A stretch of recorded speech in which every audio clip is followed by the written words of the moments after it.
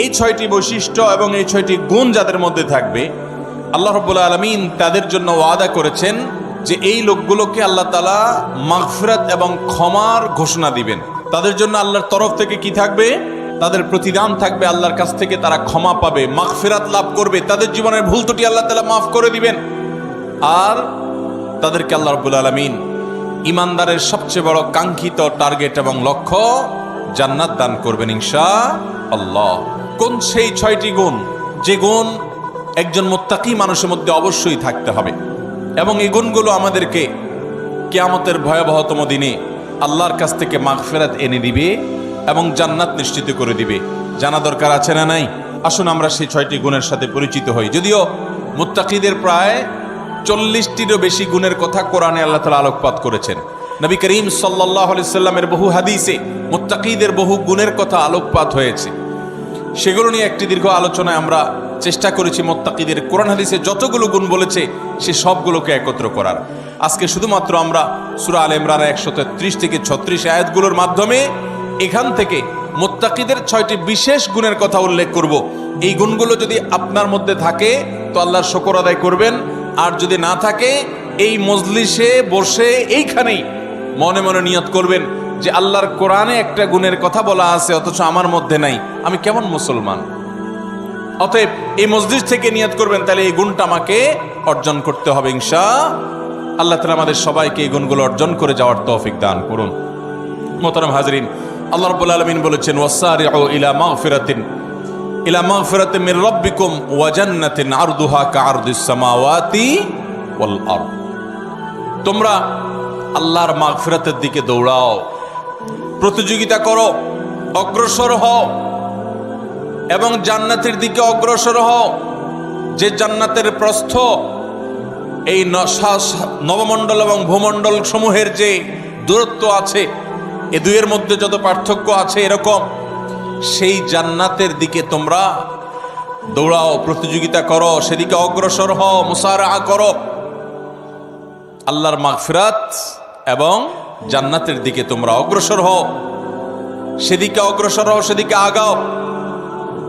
যেই জান্নাত আল্লাহ তৈরি করেছেন উইদ্দাত লিল মুত্তাকিন, মুত্তাকিদের জন্য। জান্নাত কাদের জন্য তৈরি হয়েছে ভাই? মুত্তাকিদের জন্য। নামে মাত্র মুসলমান, তাকওয়া তাহারাতের নামগন্ধ নাই, জান্নাত তাদের জন্য তৈরি হয় নাই ভাই। জান্নাত তৈরি হয়েছে আল্লাহর সেসব বান্দাদের জন্য যারা শুধু নামে মুসলমান না, যারা মুসলমানের মধ্যে আফার ক্লাসের মুসলমান, যারা মুত্তাকি। আল্লাহ তাআলা আমাদের সবাইকে মুত্তাকি হওয়ার তৌফিক দান করুন। ভাইরা আমার, মুত্তাকি হওয়ার চেষ্টা করব তো ইনশাআল্লাহ। আসুন মুত্তাকিদের বৈশিষ্ট্য জেনে নেই। কি তাদের বৈশিষ্ট্য? 1 নম্বরের বৈশিষ্ট্য আল্লাহ তাআলা বলছেন আল্লাযীনা ইউনফিকুনা ফিস সাররাই ওয়াদ-দাররা। 1 নম্বরের বৈশিষ্ট্য হলো তারা সুখে দুঃখে, যখন তাদের সচ্ছলতা থাকে তখন, আবার যখন টাকা পয়সার টানাটানি থাকে তখন, সব সময় তারা আল্লাহকে খুশি করার জন্য যে জায়গায় দান করলে আল্লাহ খুশি হবেন, ভালো কাজে, অসহায় মানুষের সেবায়, মসজিদ মাদ্রাসায়, কল্যাণমূলক কাজে, সাদকায়ে জারিয়ায়, যে কোনো ভালো কাজে আল্লাহকে খুশি করার জন্য দান করে। দুনিয়ার মানুষের জন্য কাছে বাহবা পাওয়ার জন্য না, দান কার জন্য হবে? আল্লাহকে খুশি করার জন্য। এমনকি আরশের নিচে ছায়া পাওয়া মানুষগুলোর মধ্যে থেকে 7 শ্রেণী মানুষের ভিতরে 1 শ্রেণী হলো যারা দান করে, এমনভাবে দান করে যে তারা এক হাতে দান করে, অন্য হাতও টের পায় না। আর আমাদের তো আজকাল আল্লাহ তাআলা কোনো ভালো কাজ করার তৌফিক দিলে, একটু দানের তৌফিক দিলে, আমরা নাম বলতে বলতে, প্রকাশ করতে করতে, নাম ফুটাইতে ফুটাইতে, জাহির করতে করতে ওইটার সওয়াবের আর কিছুই বাকি থাকে না, বরং সেটা শিরকে আসগরের গুনাহে লিপ্ত হয়ে যেতে হয় রিয়া করার কারণে। মোহতারাম হাজরিন, এই জন্য মুত্তাকিদের 1 নম্বরের বৈশিষ্ট্য হলো সচ্ছলতায় অনেকে দান করে, কিন্তু আল্লাহর এই মুত্তাকি বান্দারা শুধু সচ্ছল থাকলেই দান করবে না, দিনকাল যখন একটু খারাপ যায়, কেনা বেচা দোকানে একটু কম হয়, তখনও সে অকাতরে দেয়, দিতে থাকে, কোনো কার্পণ্য করে না। তাহলে এই বৈশিষ্ট্যটা আমাদের, যার মধ্যে যতটুকু ঘাটতি আছে, এই মাহফিল থেকে, মজলিস থেকে আসুন মনে মনে নিয়ত করে নেই যে ইনশাআল্লাহ এখন থেকে আল্লাহ তাআলা আমাকে যতটুকু তৌফিক দিবেন, ওখান থেকে আমি কিছু আল্লাহর রাস্তায় দান করব, আল্লাহকে খুশি করবার জন্য দিব। এবং যখন আমদানি ইনকাম অনেক ভালো তখনও দিব, যখন ইনকাম নাই একেবারে টানাটানি আছে ওখান থেকে একটু বাঁচিয়ে হলেও দিব। কারণ আল্লাহ তাআলা আমার দানের পরিমাণ দেখবেন না, আল্লাহ দেখবেন আমার সামর্থ্যের তুলনায় আমি কতটুকু করলাম। ঠিক না বে ঠিক? ভাইরা আমার, সাহাবা একরাম যা দান করেছেন রাদিয়াল্লাহু তাআলা আনহুম আজমাইন, তারা যা দান করেছেন, আজকের যুগে এমন বহু লোক বাংলাদেশে আছে, পৃথিবীতে অনেক দানবীর আছে যারা এত কোটি কোটি টাকা, মিলিয়ন মিলিয়ন বিলিয়ন বিলিয়ন টাকা আল্লাহর রাস্তায় দান করে, দিনের কাজে দিয়ে দেয়, মানুষের সেবায় দান করে, হয়তো ইখলাসের সাথেও দান করে। পরিমাণ এত বেশি যে সব সাহাবী মিলেও এত টাকা দান করার সুযোগ পান নাই। কথা বুঝেন নাই? সাহাবীদের যুগে এত সহায় সম্পদ ছিল না। তারা যা দান করেছেন যদি পরিমাণ একত্র করেন, তাহলে আজকের যুগে এমন বহু পয়সাওয়ালা আছেন যে এক একটা মসজিদ মাদ্রাসার পিছনে 20-50-100 কোটি আরো অনেক বেশি খরচ করে ফেলেছেন। আছে না নাই? দেখা যাবে যে সাহাবা একরাম সবাই মিলে যা দান করছেন সেগুলোর বাজার মূল্য বের করলে এরকম একজনের দানের সমানও হবে না। এই হলো পরিমাণের অবস্থা। এবার আসেন দেখি ফজিলত এবং মর্যাদার অবস্থা। নবী করিম সাল্লাল্লাহু আলাইহি সাল্লাম বলেছেন সাহাবীদের সম্পর্কে, তোমাদের কেউ যদি উহুদের পাহাড় সমপরিমাণ স্বর্ণ আল্লাহর রাস্তায় দান করে, তো আল্লাহর নবী সাল্লাল্লাহু আলাইহি সাল্লামের সাহাবীদের কেউ সামান্য 1 মুদ পরিমাণ অথবা তার চাইতেও কম পরিমাণ আল্লাহর রাস্তায় কিছু দান করলে সেটার যে পরিমাণ সওয়াব হবে, তোমাদের উহুদ পাহাড় সম পরিমাণ স্বর্ণের দানের সওয়াব ততটুকু হবে না। কিসের কারণে ভাই? তাদের দানের ভিতরে যে ইখলাস ছিল, তাদের জানের ভিতরে যে নিষ্ঠা ছিল, নিয়তের ভিতরে যতটা নির্ভেজাল ছিল, আমাদের দান আজ এতটা নির্ভেজাল। তাদের উপার্জন যত হালাল ছিল, তাদের ভেতরকার নিয়ত যত খালেস ছিল, আমাদেরটা ততটা না। এই জন্য ভাইরা, মুত্তাকি মানুষ হিসাবে আমরা সুখে দুঃখে সর্বাবস্থা দান করব। শুধু দান করলে হবে না, আল্লাহকে খুশি করার জন্য দান করব। আর্থিক ইবাদত পয়সা করে দান করলে এই ইবাদতটার মধ্যে ভেজাল বেশি ঢুকে। এই ইবাদতটার মধ্যে ভেজাল কেন ঢুকে? ভেজাল কারণ নিজের ভেতর থেকে নফস বলে, প্রবৃত্তি বলে, মন বলে, এতগুলো টাকা দিয়ে দিলাম, একটা বারের জন্য যদি আমার নামটা ঘোষণা না দেয় কেমন হয়? আমরা একটু বলতে পছন্দ করি, জাহির করতে পছন্দ করি। কিছু মানুষকে শুনাইতে পারলে নিজের কাছে একটু ভালো লাগে যে হ্যাঁ, তারা জানবে আমি দান করছি। এই রোগটা আমাদের মধ্যে আছে না নাই? ভাইরা আমার, এটা কোনো ভালো গুণ না। হ্যাঁ, কোনো ব্যক্তি যদি প্রকাশ্যে দান করে, মজলিসে দাঁড়াইয়া 50,000 1 লাখ টাকা কোনো ভালো কাজে দিবে নিয়ত করেন, তার উদ্দেশ্য থাকে যে আমার এটা শুনে আমার বন্ধু বান্ধব অনেকে আছেন তারাও অগ্রসর হবে, তাহলে সেটা ভালো। মানুষকে উৎসাহিত করার উদ্দেশ্যে করছি, আমি দানবীর এটা জানানোর দরকার নেই, এই উদ্দেশ্যে করলে ভালো। কিন্তু ভাইরা আমার, কিছু দান থাকতে হবে যেই দানগুলো আমি জানি, আমার রব জানেন, আমার স্ত্রীও জানেন না, আমার বন্ধু বান্ধবও জানেন না, মা বাপও জানেন না, ছেলে মেয়েরাও জানে না। এরকম কিছু দান রাখার চেষ্টা করতে হবে ইনশাআল্লাহ। আপনি গোপনে গোপনে একজন গরিবকে নিয়মিত টাকা পয়সা দিয়ে যান, একটা গরিব ফ্যামিলিতে নিয়মিত কিছু চাল কিনে দেন, নিয়মিত কিছু ভালো কাজ করেন, একটা মাদ্রাসায় কিছু টাকা নিয়মিত দেন। আপনি জানেন আর আপনার মালিক জানে, পরিবারের কাউকে জানেন না, বলান না। এরকম কিছু নিরালা, এরকম কিছু নিবৃতে দান করার চেষ্টা করব তো ইনশাআল্লাহ। আজকাল ফেসবুকের যুগ, ইউটিউবের যুগ, সোশ্যাল মিডিয়ার যুগ। 2-4-10 টাকা দান করার পর ওইটা জাহির করতে করতে, পোস্ট করতে করতে, ওইটার জন্য লাইক কমেন্টের ধান্দা করতে করতে আমরা আমাদের আমলগুলোকে বরবাদ করে ফেলি। ঠিক না ঠিক ভাই? অতএব সুখের সময় দান তো অনেকেই করে, দুঃখে কষ্টের সময়, টানাটানের সময় আমরা দান করব তো ইনশাআল্লাহ। যতটুকু আছে ওখান থেকে কষ্ট করে দান করব। অনেক সময় কষ্টের সময়ের 10 টাকা সচ্ছল সময়ের 10,000 টাকা চাইতে বেশি উত্তম হতে পারে। আল্লাহ দেখবেন যে আপনার আছেই 100 টাকা, সেখান থেকে আপনি 10 টাকা দিয়ে দিয়েছেন, আরেকজনের লক্ষ লক্ষ টাকা আছে, সেখান থেকে 10,000 দিছে। অতএব তার চাইতে আপনার ত্যাগের পরিমাণ বেশি। অতএব সর্বাবস্থা দান করব তো ইনশাআল্লাহ। ইমানদার এবং মুত্তাকি যাদের জন্য জান্নাত তৈরি করা হয়েছে, তাদের দ্বিতীয় বৈশিষ্ট্য হলো ওয়াল কাযিমিনাল গাইজ, যারা তাদের ক্রোধ, গোস্বা এবং রাগকে সংবরণ করে। বহু মানুষ আছে ভাইরা আমাদের সমাজে, রাগ উঠলে আর মাথা ঠিক থাকে না, আছে না নাই? বরং বেশিরভাগ মানুষই আমরা এ রোগের রোগী। কি বলেন? রাগ উঠলে মাথা ঠিক থাকে না। জান্নাত যাদের হবে, যারা জান্নাতের মালিক হবে, যারা আল্লাহর পক্ষ থেকে মাগফিরাতকে পুরস্কার হিসাবে পাবে, ক্ষমা লাভের তৌফিক হবে যাদের, এই মানুষগুলোর দ্বিতীয় বৈশিষ্ট্য, মুত্তাকিদের বৈশিষ্ট্য আল্লাহ বলেছেন ওয়াল কাযিমিনাল গাইজ। তারা রাগ ক্রোধকে কি করবে? নিয়ন্ত্রণ করবে, সংবরণ করবে, আটকে ধরে রাখবে।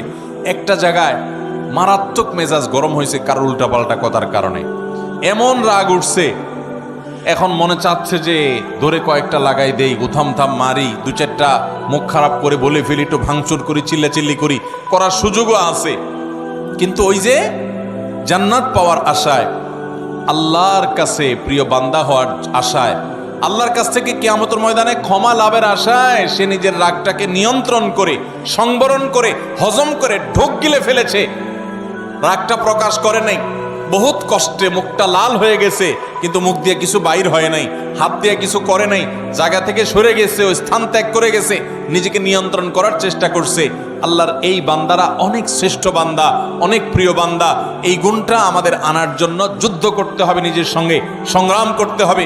ঘরে ঘরে আজ অশান্তি, সমাজে সমাজে আজ অশান্তি, পরিবারে পরিবারে আজ অশান্তি। এই দোষটার কারণে, এই ত্রুটির কারণে স্বামীর কথা স্ত্রী সহ্য করে না, স্ত্রীর কথা স্বামী সহ্য করে না, বাপ মার কথা ছেলে মেয়ের সহ্য হয় না, ছেলে মেয়ের কথা বাপ মার সহ্য হয় না, ভাইয়ের কথা ভাইয়ের সহ্য হয় না, কাস্টমারের কথা দোকান মালিকের সহ্য হয় না, মালিকের কথা শ্রমিকের সহ্য হয় না, একজনেরটা আরেকজনের সহ্য হয় না, আর লেগে যায় গন্ডগোল। দুনিয়াতেও ক্ষতিগ্রস্ত হয়, লজ্জিত হয়, লাঞ্ছিত হয়, ছোট হয়, আখিরাতে তার ধ্বংস হয়ে যায়। ঠিক না বে ঠিক? এক সাহাবী এসে বলছেন, ইয়া রাসূলুল্লাহ আউসিনি, আমাকে আপনি একটু উপদেশ দেন। নবী করিম সাল্লাল্লাহু আলাইহি ওয়াসাল্লাম বলেছেন, লা তাগদাব, তোমার জন্য উপদেশ হলো তুমি রাগ করবা না। বলেন যে ইয়া রাসূলুল্লাহ এটা বুঝলাম, আরেকটা উপদেশ করেন। নবী করিম সাল্লাল্লাহু আলাইহি ওয়াসাল্লাম বলেছেন, দ্বিতীয় উপদেশও হলো রাগ করবা না। বলে ইয়া রাসূলুল্লাহ বুঝলাম, আরেকটা করেন। নবী করিম সাল্লাল্লাহু আলাইহি ওয়াসাল্লাম বলেছেন, লা তাগদাব, তৃতীয় উপদেশও তোমার জন্য একটাই, যে রাগ করবা না। এরপর নবী করিম সাল্লাল্লাহু আলাইহি ওয়াসাল্লাম বলেছেন একবার, লা তাগদাব ওয়ালাকাল জান্নাহ, রাগ করবা না, জান্নাত তোমার হবে। রাগ করবা না, জান্নাত তোমার হবে। বদরাগী বদমেজাজি ভাইয়েরা বোনেরা আমার, নিজেকে নিয়ন্ত্রণ করার চেষ্টা করব তো ইনশাআল্লাহ। মনে রাখবেন, রাগ আসলো আর ছেড়ে দিলেন যেখানে সেখানে, মাত্রা জ্ঞান রাখলেন না। কার সামনে কোন জায়গায় কতটুকু রাগ ছাড়া যাবে, কতটুকু রাগ ছাড়লে আপনার মুখ খারাপ হবে না, আপনার দ্বারা আল্লাহর হারাম গুনাহ লঙ্ঘন, হারাম কাজ হবে না, গুনাহ হবে না, আল্লাহর সীমা লঙ্ঘন হবে না, সেই মাত্রা জ্ঞান রেখে পরিমাপ করে করে রাগ জাহির করতে হবে, নিজেকে নিয়ন্ত্রণ করতে হবে। নবী করিম সাল্লাল্লাহু আলাইহি ওয়াসাল্লাম বলেছেন, সবচেয়ে বড় বীর বাহাদুর হলো যে ব্যক্তি রাগের সময় নিজেকে নিয়ন্ত্রণ করতে পারে। অনেক শরীরে শক্তি আছে, এটা আসল বীরত্ব না, রাগের চোটে শরীরে আগুন ধরে গেছে, মাগার নিজেকে বহুত কষ্ট করে ঠান্ডা করে রাখছে। রাগ নিয়ন্ত্রণ করতে পারে না দেখে ওই জায়গা থেকে বের হয়ে গেছে, মোবাইলে রাগ উঠে গেছে দেখে মোবাইল কেটে বন্ধই করে দিছে। রাগ বেশি হয়ে গেছে দেখি দাঁড়ানো থেকে বসে গেছে, বসা থেকে শুয়ে গেছে, উজু করে নিয়েছে, তারপরেও নিজেকে কন্ট্রোলে রাখছে, রাগের কারণে পরিস্থিতি খারাপ হতে দেয় নাই। এই মানুষগুলো আল্লাহর প্রিয় বান্দা। আমরা চেষ্টা করব তো ইনশাআল্লাহ। দেখেন, জান্নাত যার তার জন্য না ভাই। বদমেজাজি, হটমেজাজি, রাগের চোটে যা তা বলেন, যা তা করেন, আপনার জন্য জান্নাত নয়। অতএব যুদ্ধ করব তো ইনশাআল্লাহ।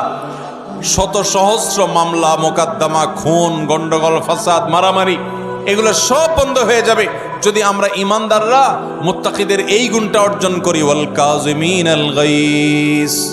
চেষ্টা করব তো রাগ নিয়ন্ত্রণ করার ইনশাআল্লাহ। নাম্বার 3, ওয়াল আফিনা আনিন নাস। 3 নম্বর বৈশিষ্ট্য হলো এই মুত্তাকিদের জন্য, যাদেরকে আল্লাহ তাআলা মাগফিরাত পুরস্কার হিসাবে দিবেন। দুনিয়া থেকে মানুষ যাবে আখিরাতে ভয়ে নিজের অপরাধ পাপাচার নিয়ে পেরেশান থাকবে। আল্লাহ তাআলা বলবেন, পুরস্কার নাও, পুরস্কার। পুরস্কার কি? তোমার সব গুনাহ মাফ করে দিলাম, আর তোমার জন্য জান্নাত বরাদ্দ করে দিলাম। সেই বৈশিষ্ট্যগুলো অর্জন করতে পারলে, 6টা বৈশিষ্ট্য অর্জন করতে পারলে এই 2টি নিয়ামত পাওয়া যাবে ইনশাআল্লাহ। তার ভিতরে 3 নম্বর বৈশিষ্ট্য হলো ওয়াল আফিনা আনিন নাস। মানুষকে ক্ষমা করতে জানতে হবে। এটার জন্য একটা বড় কলিজা লাগে, এটার জন্য একটা বড় কলিজা লাগে। ছোট লোকরা এটা পারে না ভাই, ছোট মনের মানুষ, ছোট কলিজার মানুষ এটা পারে না। কি আমার সাথে এমন কথা বলল, এত বড় সাহস, এইটা জীবনে ভোলা যায় না? আমি এটা কোনোভাবে বলতে পারবো না, না এটা আমার চোখের সামনে যেন না আসে। ঠিক আছে, রাগ যখন ওঠে, মাথা যখন হট মেজাজ হয়, তখন আপনার 1 দিন 2 দিন 3 দিন পর্যন্ত এরকম থাকতে পারে। শরীয়ত আপনাকে এতটুকু অনুমোদন করে, ঠিক আছে, রাগের চোটে মাথা গরম হয়ে 3 দিন আপনি এটা করতে পারেন। মাগার 3 দিনের জায়গায় 3 মাস হয়ে যাবে, 3 বছর হয়ে যাবে, আপনার রাগ একটুও নিয়ন্ত্রণ হবে না, আপনি একটুও ক্ষমা করতে জানবেন না, তাহলে আপনি কোন মুখে আরশে আজিমের মালিকের কাছে কিয়ামতের দিন ক্ষমার আশা করেন? কথা বুঝাতে পারি নাই ভাই? আমরা আমাদের রব কিয়ামতের দিন ক্ষমা করুক চাই কি চাই না? যদি চাই তাহলে রবের গোলামদেরকেও ক্ষমা করা শিখতে হবে ইনশাআল্লাহ। ভাইরা আমার, কাউকে যদি আপনি ক্ষমা না করেন, তার উপর অনেক জেদ থাকে, অনেক ক্ষোভ থাকে, অনেক রাগ থাকে আপনার ভিতরে, তাতে কষ্ট আপনার হবে কি হবে না? আরেকজনের প্রতি জেদ, ক্ষোভ, রাগের কারণে ভিতরে নিজের জ্বালা পোড়া হয় না, কষ্ট হয় না? আর যদি মাফ করে দেন, মাফ করলে যারে মাফ করছেন তার উপকার হোক বা না হোক, আপনার নিজের উপকার হবে, সাথে সাথে আপনার মনটা দেখবেন পাতলা হয়ে গেছে, আপনার মনটা যেখানে হালকা হয়ে গেছে, নির্ভার হয়ে গেছে, মনের ভিতরে মনে হবে একটা পাথর ছিল, পাথরটা জগদ্দল পাথর যেন সরে গেছে। যদি মানুষকে ক্ষমা করতে জানেন, মানুষকে ক্ষমা করবো তো ইনশাআল্লাহ। অনেক মানুষ আছে খুব শক্ত, লোহার মতো শক্ত, ক্ষমা করতে জানে না, একবার রাগ হলে তো হইল, আছে না নাই? এগুলো কোনো ভালো মানুষের, ভালো মুসলমানের, ভালো ব্যক্তির এবং মুত্তাকির বৈশিষ্ট্য হতে পারে। আমরা মানুষকে ক্ষমা করব। এখন কথা হলো, আমি ক্ষমা করলে ও বারবার উল্টাপাল্টা করে, ওর ক্ষতি করে।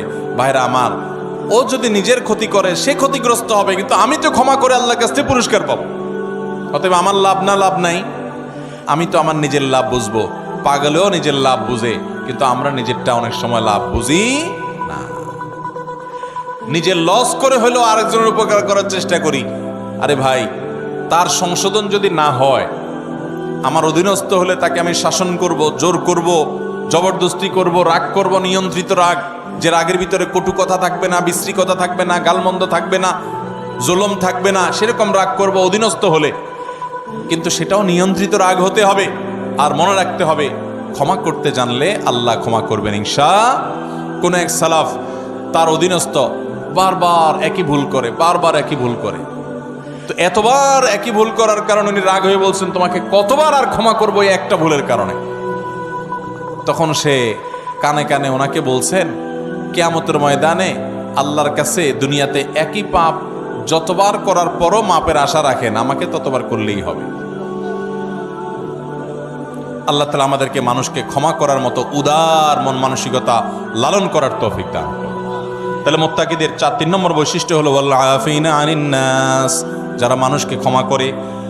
4 নম্বর হলো আল্লাহু ইউহিব্বুল মুহসিনিন, আল্লাহ তাআলা ইহসানকারীদেরকে ভালোবাসেন। অর্থাৎ এটাও মুত্তাকিদের একটা বৈশিষ্ট্য হবে যে তারা ইহসান করবে। ইহসান মানে যে কোনো ভালো কাজ করবে, আল্লাহর বান্দাদের প্রতি অনুগ্রহ করবে, পরোপকারী হবে, মানুষের উপকার করবে। ভাইরা আমার, ডক্টর খন্দকার আব্দুল্লাহ জাহাঙ্গীর রাহিমাহুল্লাহ এদেশে ক্ষণজন্মা একজন আলেম দ্বীন ছিলেন, ইসলাম বিশ্ববিদ্যালয় কুষ্টিয়ার হাদিসের প্রফেসর ছিলেন, বহু গ্রন্থ এর রচয়িতা ছিলেন।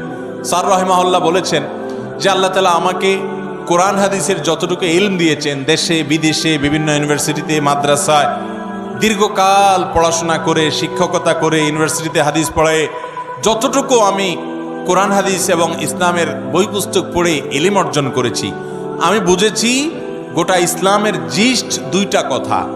তার একটা হলো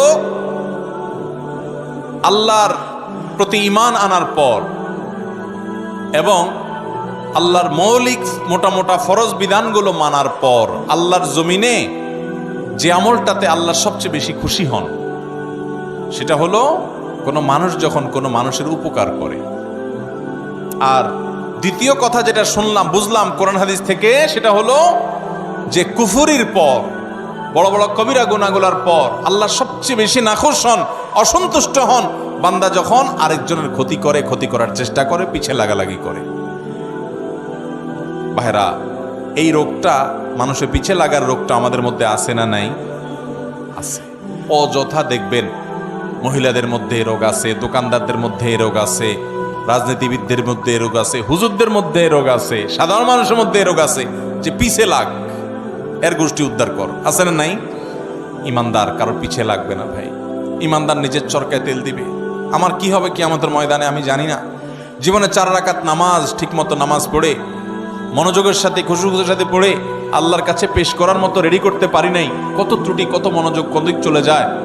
সেখানে আমি সারা দুনিয়ার মানুষকে নিয়ে লাগবো, আমার নিজের কি হবে সেই চিন্তা করবে। সেই সাথে অন্যের ইসলাহ করব, মানুষের ক্ষতি করার উদ্দেশ্যে, ছিদ্র বের করার উদ্দেশ্যে, দোষ ধরার উদ্দেশ্যে পিছনে লাগালাগি করা। ধর্মের নামে, ইসলামের নামে আমরা অনেক সময় এক গ্রুপ আরেক গ্রুপের বিরুদ্ধে লাগি কি লাগি না ভাইরা, ফেসবুকে, সোশ্যাল মিডিয়াতে, অনলাইনে, অফলাইনে। তো ইমানদার এটা করবে না। ইমানদার পরোপকারী হবে, মানুষের কল্যাণকামী হবে, ইহসান করবে এবং যে কোনো ভালো কাজ পাইলেই সেটা করার চেষ্টা করবে। আল্লাহু ইউহিব্বুল মুহসিনিন। 5 নম্বর বৈশিষ্ট্য হলো ওয়াল্লাযীনা ইযা ফাআলু ফাহিশাতান আও যালামু আনফুসাহুম যাকারুল্লাহ। যারা কোনো অশ্লীল, অন্যায়, জেনা, ব্যভিচার, অপরাধমূলক যে কোনো কর্মকাণ্ড, কোন একটা গুনাহের কাজ করে ফেলেছে, কারো গীবত করে ফেলেছে, কাউকে কষ্ট দিয়ে ফেলেছে বা কোন একটা গুনাহ করে ফেলেছে। ওয়াল্লাযীনা ইযা ফাআলু ফাহিশাতান আও যালামু আনফুসাহুম, অথবা নিজের প্রতি নিজে অবিচার করেছে। ভাইরা আমার, আমরা গুনাহ করলে কার ক্ষতি হয়? আল্লাহর ক্ষতি হয়। আল্লাহর কোনো হুকুম লঙ্ঘন করলে আল্লাহর ক্ষতি হয়। আল্লাহর কোনো ঠেকা আছে ভাই? আমরা দুনিয়ার সব মানুষ মিলে যদি একত্র হয়ে সবাই মিলে যদি হারামে চলে যাই, আল্লাহর কোনো লস আছে? আল্লাহর কোনো লস নাই। আর আমরা সবাই মিলে যদি আল্লাহর গোলামি শুরু করে দিই, আল্লাহর কোনো লাভ আছে? আল্লাহর কোনো ঠেকা নাই ভাই। এই জন্য নিজে অপরাধ করে, পাপ করে যে নিজের প্রতি অবিচার করি, আও যালামু আনফুসাহুম, নিজের প্রতি যদি নিজে অবিচার করেন, অশ্লীল কাজে লিপ্ত হন, এরকম কোনো কাজ করার পর যাকারুল্লাহ, আল্লাহর কথা স্মরণ হয়, রে আমার সৃষ্টিকর্তা আল্লাহ তো দেখছেন, তার কাছে তো জবাবদিহি করতে হবে। এটা মনে হওয়ার সঙ্গে সঙ্গে ফাস্তাগফারু লিযুনুবিহিম, সাথে সাথে ওই অপরাধের জন্য আল্লাহর কাছে মাপ চায়। ওয়া ইয়াগফিরুয যুনুবা ইল্লাল্লাহ, আর সে জানে আল্লাহ ছাড়া কেউ মাফ করতে পারবে না এই অপরাধ থেকে।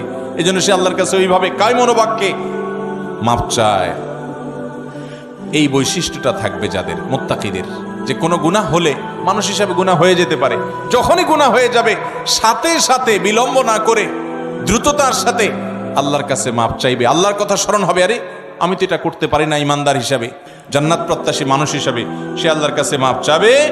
6 নম্বর বৈশিষ্ট্য হলো ওয়ালাম ইউসিরু আলা মা ফাআলু ওয়া হুম ইয়ালামুন, এবং একটা পাপ একবার হয়ে গেলে নিজেকে নিজে সে ভৎসনা করে, রাগ করে, নিয়ন্ত্রণ করে, আর সে সেই অপরাধের ধারে কাছেও যায় না। একবার হয়ে গেছে, আল্লাহর কাছে মাপ চাইছে, আর যেন না হয় সেজন্য সে আপ্রাণ চেষ্টা করে। এটা হলো 6 নম্বরের বৈশিষ্ট্য। এই বৈশিষ্ট্যগুলো আবারও আমি এক নজরে বলে দিচ্ছি। নাম্বার 1, যারা দান করে সুখে দুঃখে সর্বাবস্থায়। নাম্বার 2, যারা নিজের রাগ গুসাকে নিয়ন্ত্রণ করে, কন্ট্রোল করে। নাম্বার 3, যারা মানুষকে ক্ষমা করে। নাম্বার 4, যারা মানুষের প্রতি ইহসান করে এবং যে কোনো ভালো কাজ সে করার চেষ্টা করে।